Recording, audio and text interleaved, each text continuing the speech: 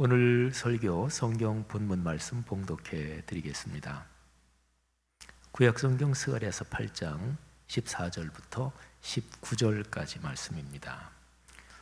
거룩하신 하나님의 말씀입니다. 만군의 여호와가 이같이 말하노라. 너희 조상들이 나를 경노하게 하였을 때에 내가 그들에게 재앙을 내리기로 뜻하고 뉘우치지 아니하였으나 이제 내가 다시 예루살렘과 유다 족속에게 은혜를 베풀기로 뜻하였나니 너희는 두려워하지 말지니라. 너희가 행할 일은 이러하니라. 너희는 이웃과 더불어 진리를 말하며 너희 성문에서 진실하고 화평한 재판을 베풀고 마음에 서로 해하기를 도모하지 말며 거짓 맹세를 좋아하지 말라. 이 모든 일은 내가 미워하는 것이니라. 여호와의 말이니라. 만군의 여호와의 말씀이 내게 임하여 이르시되 만군의 여호와가 이같이 말하노라. 넷째 달의 금식과 다섯째 달의 금식과 일곱째 달의 금식과 열째 달의 금식이 변하여 유다 족속에게 기쁨과 즐거움과 희락의 절기들이 되리니 오직 너희는 진리와 화평을 사랑할지니라. 아멘. 살아가면서 자기가 맡은 일을 잘 하는 것이 참 중요하죠. 살면서 어떤 중대한 일, 또 어떤 굉장히 중요한 일, 그런 거는 쉽지 않은 경우가 많지요. 그래서 이제 그런 일을 할 때는 다른 사람과 함께 또는 팀을 짜서 일을 하기도 합니다. 그런데 사실은 어떤 일을 이거는 나 혼자 하면 되는 일이지, 그런 것도 따지고 보면 근본적으로 다른 사람과 다 직간접으로 연결돼 있는 것이지요. 어쨌든 명시적으로 대여섯 사람이 혹은 샬롬 찬양대 오늘 7분이 찬양했잖아요. 팀이 돼서 일하는 거잖아요. 근데 명시적으로 팀이 돼서 일할 때 가장 중요한 것이 자기가 맡은 일을 잘 하는 것입니다. 최고의 팀은 팀원 하나하나가 톱니바퀴가 맞물려 돌아가는 것처럼 자기 일을 최상으로 해내는 것입니다. 한번 영화 같은 데서 많이 보는 특수부대의 팀을 생각해 보십시다. 혹시 남자분들 중에서는 군 생활하실 때 또 연세 드신 분들, 옛날에 월남전이나 이런 데 특수작전을 수행하신 분들도 계신지 모르겠어요. 자, 특수부대가 어떤 곳에 침투할 때, 어떤 건물에 진입한다, 또는 어떤 장소에 침투한다. 한 대여섯 명이 한 팀이라면 어디에 침투할 때 대여섯 명이 각자 다른 방향으로 총을 겨눕니다. 그러니까 어디에서 적의 총알이 날아올지 모르지요. 대여섯 명의 특수부대원이 총을 겨누는 각자 다른 방향은 과학적으로 훈련된 전략입니다. 그러니까 총알이 날아올 수 있는 가능한 방향을 모두 포괄해서 팀원 각 사람이 각기 나누어서 맞는 거지요. 그래서 혹시라도 공격이 있으면 아주 빠르게 방어하고 공격을 하는 그런 구조로 끊임없이 훈련을 하는 거지요. 내가 맡고 있는 방향, 그거 외에는 나는 다른 팀원들을 믿는 거예요. 다른 데서 구멍이 뚫리면 내가 이쪽을 맡고 있는데 내 뒤쪽을 맡고 있는 팀원이 실수해서 그쪽을 제대로 방어 못하면 내가 뒤에서 날아오는 총알을 맞을 수도 있는 거예요. 근데 어쨌든 맡기는 거예요. 다른 방향은. 그러니까 팀원 한 사람 한 사람은 다른 사람에게 내 목숨을 맡긴 신뢰 관계로 묶여 있습니다. 그래서 그런 특수부대원들은 서로가 연결된 끈이 보통 이런 부대하고는 비교되지 않을 정도로 무지무지하게 강력합니다. 목숨이 서로 연결되어 있는 거니까요. 내가 맡은 방향을 내가 철저하게 담당해내야 모두의 목숨이 유지되고요. 또 다른 사람이 역할을 제대로 해야 내 목숨이 유지됩니다. 그러니까 작전의 성공은 각자가 자기 일을 얼마나 잘 해내느냐, 거기에 걸려 있는 거지요. 여러분, 성경 말씀을 가만히 살펴보면 성경 말씀에서 중요한 말씀, 또 하나님이 우리에게 축복해 주신다, 이런 말씀들에 보면 역할 분담이 거기에 나와 있습니다. 하나님이 하시는 일, 그리고 사람이 해야 하는 일, 이게 역할 분담이 되어 있습니다. 근데 제가 이런 말씀 드리면서 오해는 하지 마십시오. 근본적으로는 그리스도인에게는 모든 것이 하나님의 은혜요, 그리고 하나님의 선물입니다. 절망의 나락에 있는 우리를 구원하는 일을 하나님이 시작하셨고, 하나님이 진행하시고, 그리고 하나님께서 완성하십니다. 그리스도인이 되고 난 뒤에 우리가 삶의 여정을 살아가면서 하나님께 받는 다른 모든 선물들도 마찬가지입니다. 시작부터 끝까지 주체가 주관하시는 분이 하나님이십니다. 빌립보서 1장 6절이 바로 그런 고백, 그런 가르침이지요. 너희 안에서 착한 일을 시작하시니가 그리스도 예수의 날까지 이루실 줄을 우리는 확신하노라. 아멘. 시작부터 끝까지 하나님이 하시는 거예요. 그런데 하나님의 그런 큰 은혜 안에서 하나님은 우리에게 할 일을 주십니다. 하나님은 우리를 인격적인 존재로 대우하십니다. 한 너댓 살 어린아이가 아빠가 무슨 일을 하고 있는데 아빠 내가 도와줄게 하면서 거들겠다고 합니다. 이럴 때 그 아빠가 말이죠. 아유, 우리 딸은 가만히 있는 게 아빠 도와주는 거야. 네가 도와줄 게 없어. 이렇게 얘기한다면 이 아빠는 교육적으로 무지한 사람이지요. 아빠는 당연히 이렇게 얘기해야죠. 와, 우리 예쁜 딸이 아빠를 도와준다니까 참 좋네. 우리 딸이 아빠를 도와주니까 일이 참 잘 되네. 그리고 일하고 난데 야, 우리 딸이 다 했어? 마땅히 그래야지요. 그러면 일이 끝나자마자 아이가 엄마한테 뛰어가서 말합니다. 엄마, 내가 아빠 도와줬어. 내가 다 했대. 여러분, 하나님은 우리를 그렇게 인격적으로 또 우리의 훈련을 위해서도 우리가 할 일을 하나님은 알려주시고 또 그래서 우리가 그 일을 감당하게 합니다. 하나님의 일과 우리의 일이 아름답게 어우러져서 멋진 작품을 만듭니다. 자, 성경에 나오는 예를 한번 들어보겠습니다. 이스라엘 백성이 40년 광야 시대를 마치고 이제 곧 가나안 땅으로 들어가려는 참입니다. 요단강을 이제 건너가려는 참이에요. 광야 시대의 지도자 모세는 세상을 떠났습니다. 여호수아가 지도자로서 이스라엘 민족을 이끌고 가나안으로 진격해야 합니다. 자, 여호수아의 심정이 어떠했을까요? 이스라엘 민족이 어떤 분위기였을까요? 가나안 땅 거기에서 환영 행사가 기다리는 것이 아니지요. 피를 부르는 전투가 이제 시작될 것입니다. 자, 이스라엘 민족의 전체 분위기가 어떠했을까요? 이 중대한 시점에 하나님께서 여호수아에게 말씀을 주십니다. 여호수아서 1장 1절부터 9절. 우리 그리스도인에게도 아주 많이 알려진 구절이죠. 이 내용을 중요한 부분만 제가 이렇게 추려가면서 봉독을 할 텐데요. 7절부터 9절까지는 빼지 않고 제가 다 읽겠습니다. 그런데 제가 낭독하며 선포하며 읽을 텐데 이 말씀이 지금 설교를 듣는 여러분에게 주시는 하나님의 말씀이 되기를 바랍니다. 요즘 여러분이 하고 있는 어떤 중요한 일이 있으십니까? 또는 이스라엘 백성이 바로 요단강을 건너서 가나안 땅에 들어가는 그 상황처럼 여러분들이 여러분의 삶에서 곧 진행해야 될 어떤 쉽지 않은 일을 앞두고 계십니까? 바로 그런 일에 오늘 여호수아서 1장 1절부터 9절이 하나님께서 여러분에게 주시는 보장의 말씀이 되기를 바랍니다. 이 말씀을 들으면서 아까 제가 말씀드린 것처럼 하나님이 하시는 일 그리고 사람이 하는 일이 어떻게 구별되는지 잘 생각하면서 들어보십시오.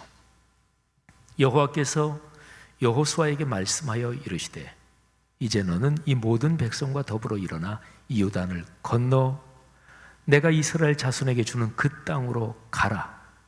내가 너희 발바닥으로 밟는 곳은 모두 내가 너희에게 주었노니 너희의 영토가 되리라. 내 평생에 너를 능히 대적할 자가 없으리니 내가 너와 함께 있을 것임이니라.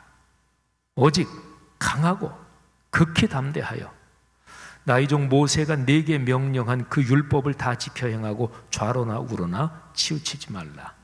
그리하면 어디로 가든지 형통하리니 이 율법책을 내 입에서 떠나지 말게 하며 주야로 그것을 묵상하여 그 안에 기록된 대로 다 지켜 행하라. 그리하면 내 길이 평탄하게 될 것이라. 내가 형통하리라.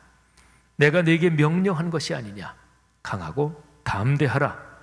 두려워하지 말며 놀라지 말라. 네가 어디로 가든지 네 하나님 여호와가 너와 함께 하느니라. 아멘. 자, 보십시다. 사람이 해야 하는 일이 무엇인가요? 그러니까 하나님께서 여호수아에게 자, 너 그리고 그 백성들이 이거를 해라 이렇게 지시하시는 말씀이 제가 읽어드린 본문에서 무엇인가요? 자, 오늘 이 본문의 순서대로 정리해보면 다음에 세 가지입니다. 자, 먼저 행동입니다. 너는 일어나 요단을 건너 그 땅으로 가라. 두 번째는 마음의 상태입니다. 오직 강하고 극히 담대하라. 두려워하거나 놀라지 말라. 그리고 세 번째, 이게 사실은 가장 중요한데요. 율법책 하나님의 말씀을 입에서 떠나지 말게 하고 주야로 묵상해서 그 가운데 기록된 대로 다 지켜 행동해라. 사실은 실행되는 순서로 보면 제가 지금 말씀드린 이 순서가 거꾸로입니다. 먼저는 말씀을 묵상하여 깨달음을 얻고 믿음을 가지는 거지요.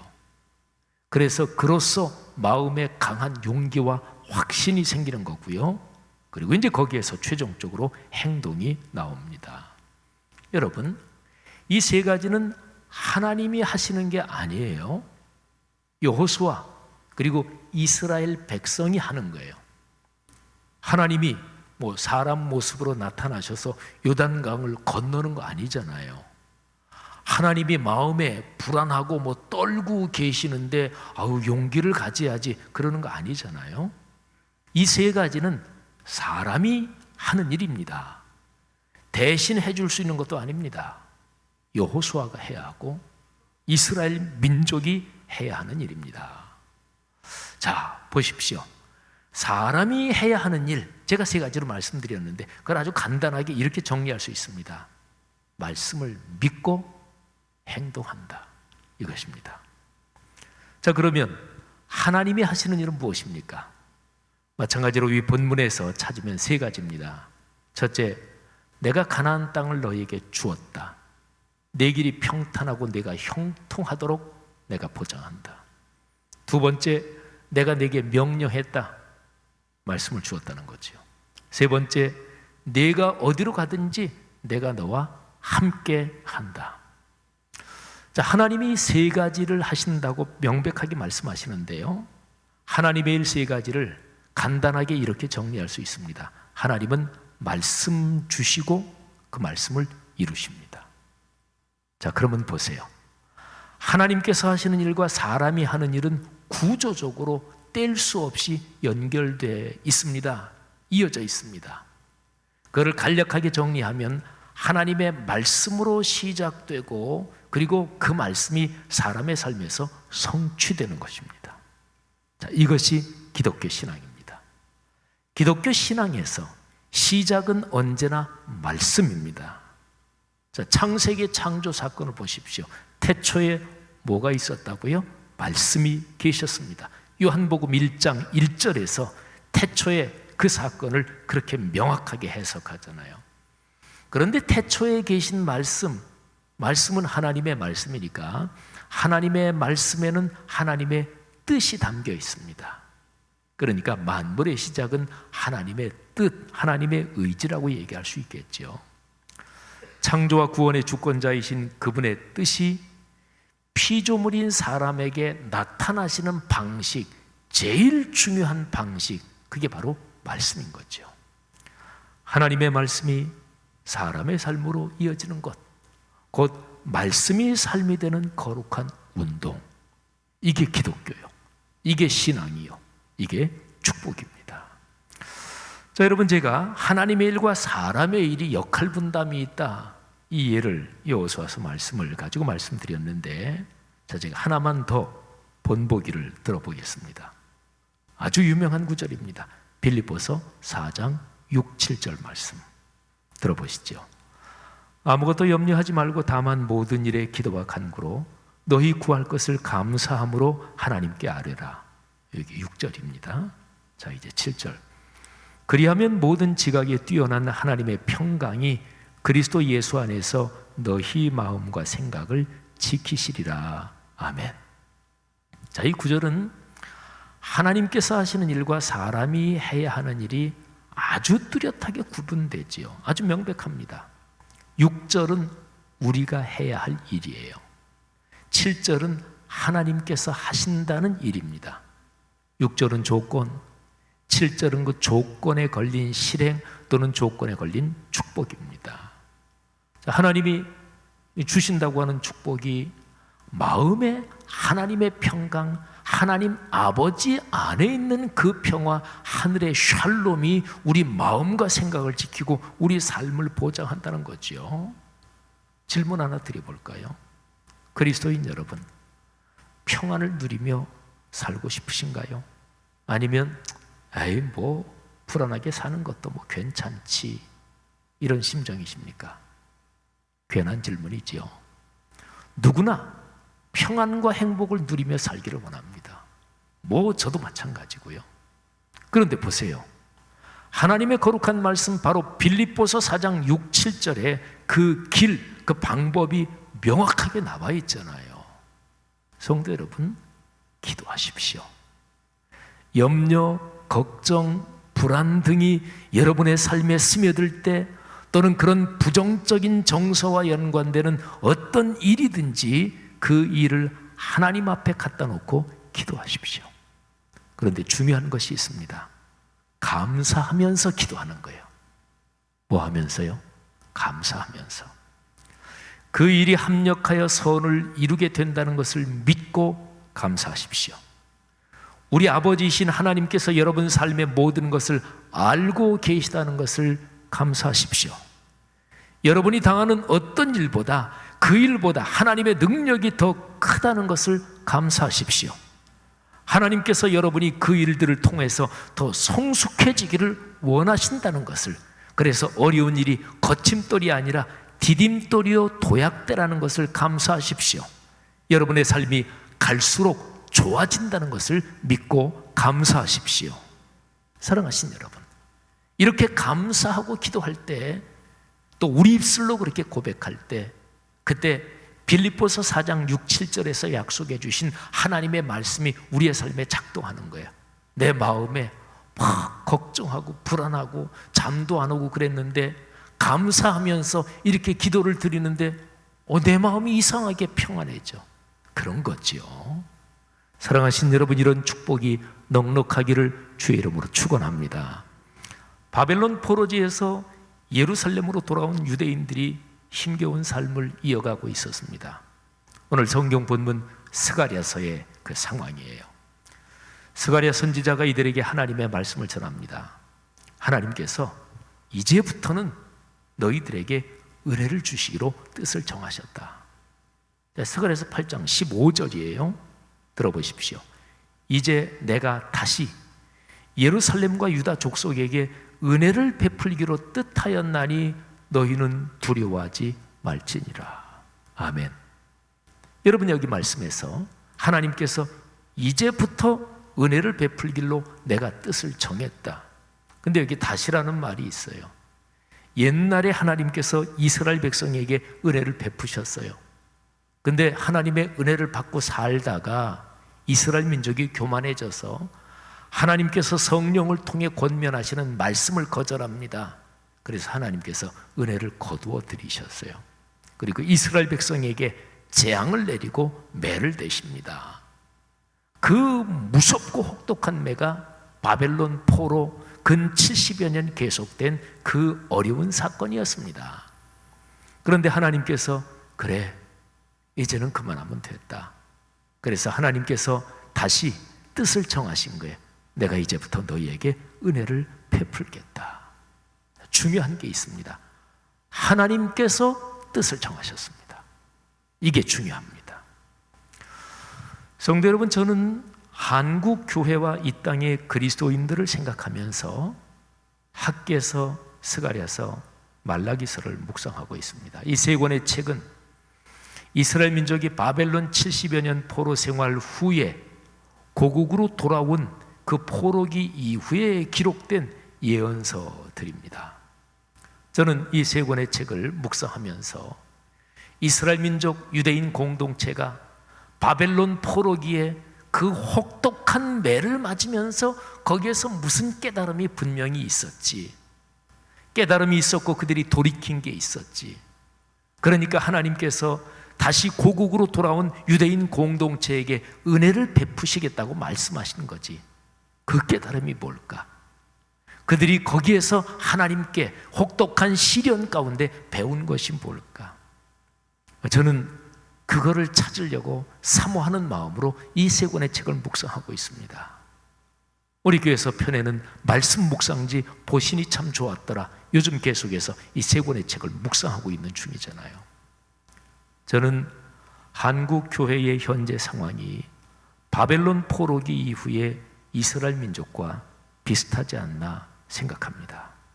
이 세 권의 예언서를 통해서 하나님께서 예루살렘의 유대인 공동체에게 주신 그 말씀이 코로나19 상황의 한국 교회와 그리스도인들에게도 말씀을 주신다고 믿습니다. 우리는 이 말씀을 통해서 한국 교회와 그리스도인이 코로나19 상황 또는 이 이후에 어떻게 걸어갈 수 있는지 그 길을 찾을 수 있다고 생각합니다. 또는 이 말씀은 내 개인적인 삶이나 가정적인 삶이 어려울 때 그때에도 이 말씀이 빛을 비추어 줄 수 있습니다. 자, 오늘 본문으로 돌아가 볼까요? 스가랴 8장을 보세요. 하나님께서 은혜를 베푸시기로 뜻을 정하셨어요. 근데 이제 중요한 게, 그럼 우리가 할 일이 뭐지? 하나님의 은혜를 받아 복을 누리며 살기 위해 그 당시에 예루살렘의 유대인 공동체들이 해야 할 일이 무엇인가요? 그리고 그 일은 오늘날 우리가 해야 할 일이기도 합니다. 자, 그게 아주 명백하게 나와 있어요. 길지도 않아요. 16, 17절입니다. 자, 들어보십시오. 여러분과 제가, 우리가 이 일을 하면 하나님의 그 은혜를 받지, 이런 마음을 가지고 한번 들어보십시오. 너희가 행할 일은 이러하니라.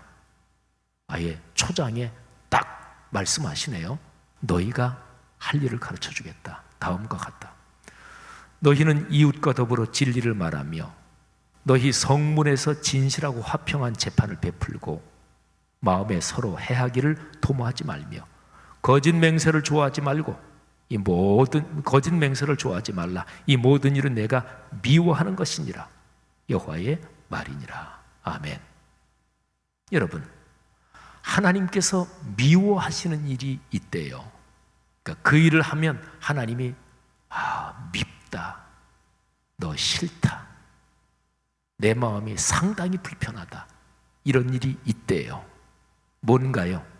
거짓말하는 거. 그리고 개인적인 인간관계, 대인관계에서 남에게 진실하지 못하고 또는 형식적으로는 난 거짓말한 거 없어. 근데 고도로 다르게 돌려가지고 남을 은근히 헐뜯고 그리고 남을 어렵게 만드는 거, 사람 사이에서는 숨겨질 수 있지만 하나님이 보시기에도 그럴까요? 어림도 없죠. 만일에 신앙생활을 오래 하신 어떤 분이 나 내 입으로 거짓말한 적 없어. 그런데 거짓말한 적은 없는데 아주 교묘하게 상대편을 어렵게 했다. 만일에 신앙생활 오래 하신 분이 그렇다 그러면 그 신앙은 심각하게 망가진 거예요. 그러니까 하나님께서 어떻게 보신다 그 생각은 없는 거잖아요. 그 신앙은 아주 심각한 상태로 이미 망가져 있는 것입니다. 개인적인 인간관계가 그렇고, 그리고 사회적인 관계에서 여러분이나 저나 모든 그리스도인들이 사회적 활동을 하잖아요. 그런데 사회적 활동에서는 어떻게 해야 되느냐? 근데 성경에서는 사회 활동에서 하나님이 가장 중점적으로 보신다, 이런 거를 대표적으로 얘기할 때 성문에서 재판을 공정하게 해라. 성문은 요즘으로 말하면 재판정입니다. 재판소를 말해요. 그 당시에는 성문 앞에서 재판을 했으니까. 그러니까 어느 사회가 건강하다, 어느 사회가 공의롭다, 정의롭다, 어려운 사람이 참 살만한 사회다, 그걸 얘기할 때 성경은 언제나 대표적으로 재판이 공정하다, 사법체계가 공정하다, 이 얘기를 하는 거예요. 그리스도인 여러분들이요, 개인적인 인간관계에서 진실해야 합니다. 거짓말을 하지 마십시오. 판사, 검사, 변호사 또는 법률 문제에 관련된 모든 직종에 있는 신앙인들이요, 우리나라의 법조 상황이 화평을 목적으로 하며 진실하게 재판이 이루어지도록 헌신하십시오. 국회의원, 입법공직자, 세무사, 법무사, 회계사, 노무사, 건축사, 설계사, 공직자, 기업 경영자, 자영업자, 예술가 등 사회의 모든 영역에서 활동하는 모든 신앙인들이요, 여러분의 사회적 활동에서 하나님의 뜻이 이루어지도록 진실하십시오. 우리 사회가 공의로운 사회가 되도록 헌신하십시오. 그리스도인의 이런 삶을 통하여 하나님의 은혜가 넘치는 거예요. 그래서 우리 사회가 더욱 아름다운 사회가 될 것입니다. 그렇게 사는 그리스도인들의 아들, 딸, 손녀, 손자가 참으로 아름다운 나라에서 복을 누리며 살게 될 것입니다.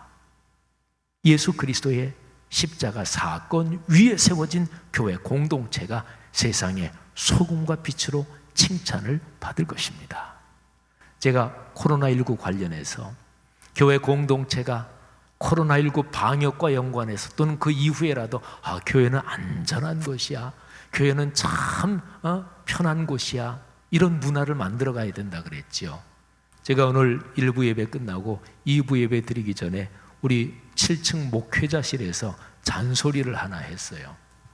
거기에 이면지를 놓는 이 박스가 있어요. 근데 그게 A4 용지 이만큼 높이가 되는 그 박스 통 빈 거에다가 이면지를 이제 이렇게 놓습니다. 그러면 이제 우리가 카피할 때, 복사할 때 이면지를 이제 쓰고 그러거든요. 근데 얼핏 제가 오늘 설교 본문 원고를 조금 더 고치고 다듬고 하면서 그 이면지가 있어서 거기 갖다 놓으려고 이렇게 보니까 그 박스에 딱 A4가 딱 맞거든요. 근데 거기에 이렇게 가지런히 놔야 되는데 옆으로 이렇게 삐죽이 나왔고 이게 가지런히 안 돼 있어요. 그러면 이게 종이가 접혀지고 이게 구겨지잖아요. 그리고 이면지 이거 제대로 못 씁니다. 그래서 잔소리를 좀 했어요. 이런 거는 유치원에서 배우는 거다. 그렇죠. 그렇습니다. 악마는 디테일에 있습니다. 왜 악마가 이기는 줄 아셔요? 악마는 디테일에 강해요.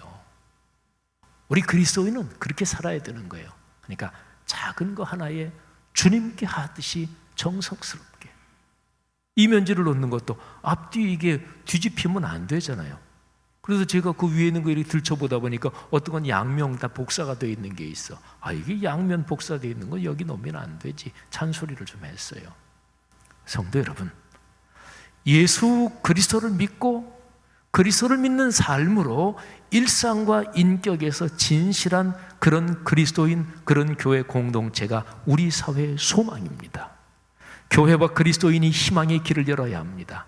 그래서 오늘 설교 본문 스가랴서 8장 19절 마지막 절 말씀을 한번 들어보십시오. 만군의 여호와가 이같이 말하노라.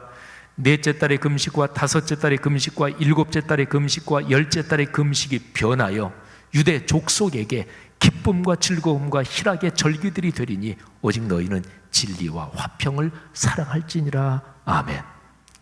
제가 지금 읽어드린 구절에 나오는 네 번의 금식의 절기는 예루살렘의 처절한 파괴와 멸망, 여기에 직간접으로 연관됩니다.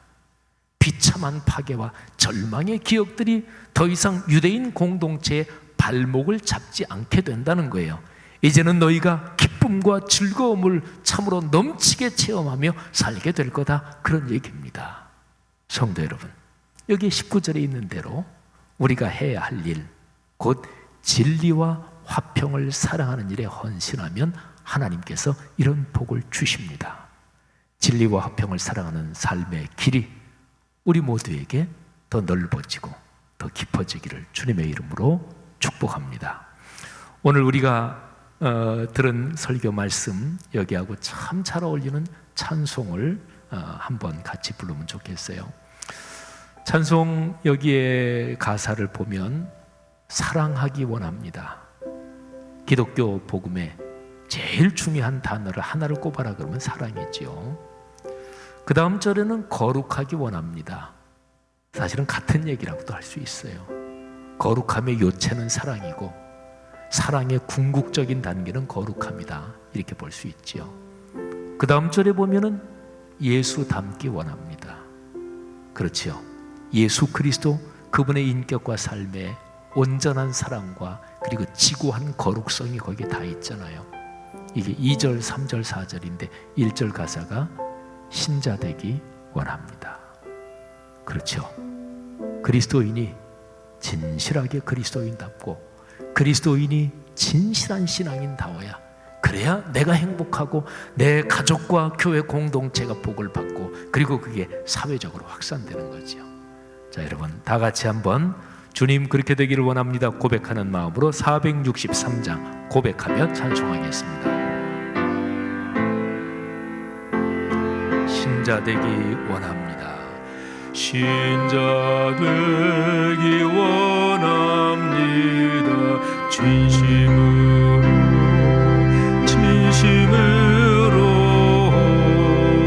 신자 되기 원합니다. 진심으로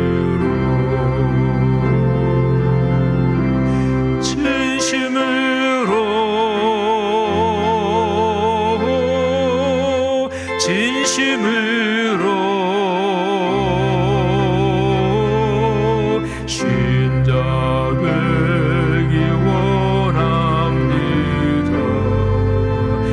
진심으로 사랑하기 원합니다. 진심으로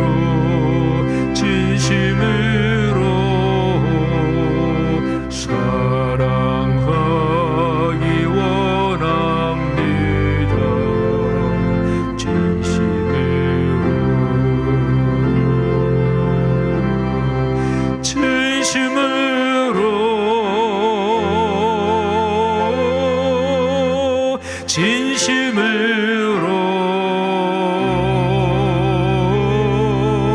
사랑하기 원합니다. 진심으로 거룩하기 원합니다. 진심으로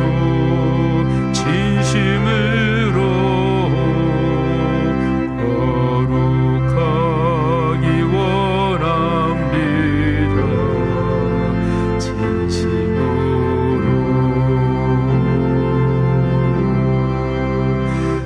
진심으로 예수 닮기 원합니다. 예수 닮기 원합니다. 진심으로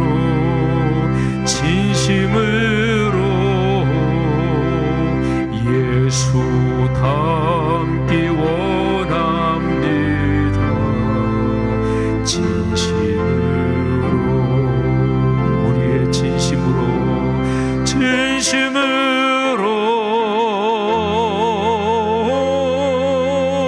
진심을